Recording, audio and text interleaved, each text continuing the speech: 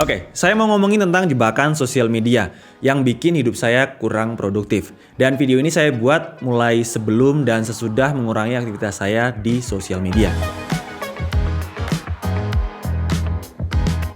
Oh ya, sebelumnya kenalin, nama saya Mara. Buat yang belum tahu, saya adalah pemilik channel YouTube Mara Design yang kontennya adalah desain 3 dimensi bangunan. Dan waktu saya pikir saya aja yang sering menghabiskan waktu di depan layar terus bikin nggak produktif, ternyata enggak.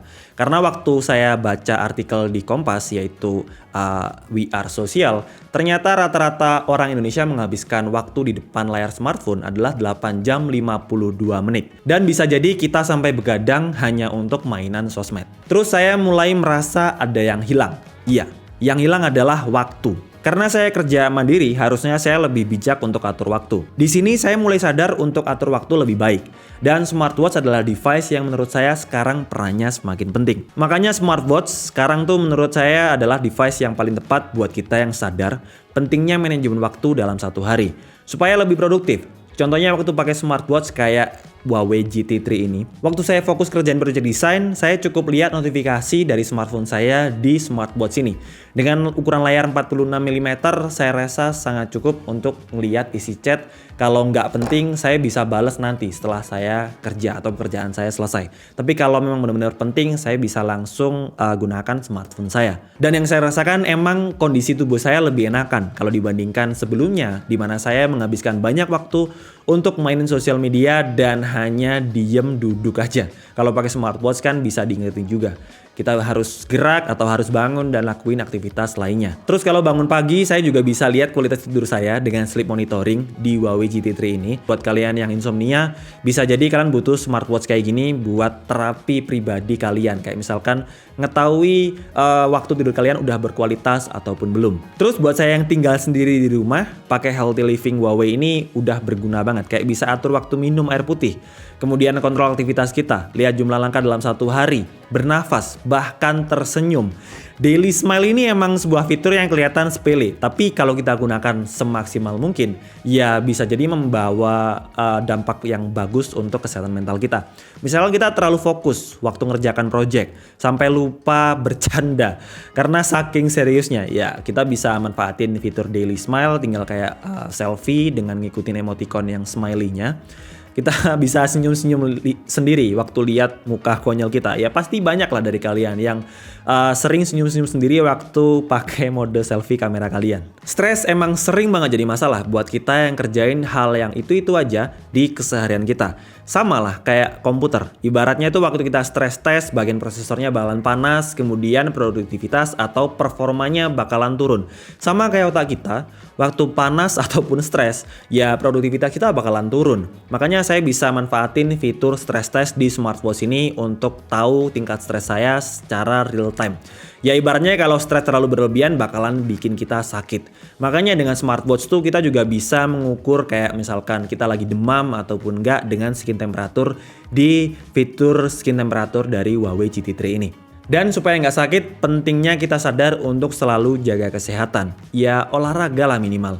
Cuman ya gitu, kalau workout secara mandiri ada aja masalahnya. Kayak misalkan males, bingung mau olahraga apa, terus kadang suka lupa waktu ngitung repetisi. Makanya kalau saya workout di rumah, saya butuh alat bantu, yaitu smartwatch ini. Saya bisa workout pakai smartwatch untuk ngitung repetisi. Kemudian mau olahraga apa, kayak misalkan saya lagi hobi lari nih. Saya bisa pilih mode lari yang cocok buat mood saya hari itu, dengan estimasi waktu dan kalori yang bakalan terbakar waktu saya berlari. Kalau lagi semangat, saya bisa pilih fat burning dengan 46 menit waktu lari dan 430 kalori yang terbakar. Kalau lagi badan sakit semua dan waktu nggak terlalu banyak, saya bisa pilih basic running dengan 28 menit lari dan 174 kalori yang terbakar. Oh ya, buat kita yang lari di tempat baru, kalau menggunakan Huawei GT3 ini, saya bisa dapetin manfaat yaitu fitur route back, jadi nggak perlu takut nyasar atau lupa jalan pulang, karena fitur GPS-nya udah lengkap banget. Fitur entertainment kayak dengerin musik juga sering banget saya gunakan waktu lari. Jadi saya menggunakan True Wireless Stereo dari Huawei dan juga smartwatch Huawei GT3 ini.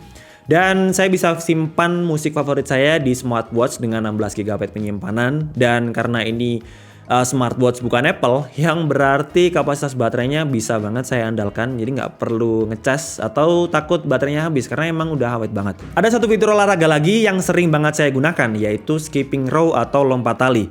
Ya, olahraga ini sih masih masuk ke kardio atau bakar lemak. Kalau biasanya saya harus hitung manual, dengan bantuan Huawei Health di Huawei Nova 7 ini, saya bisa serahkan perhitungan atau ngitung repetisinya itu di smartphone ini.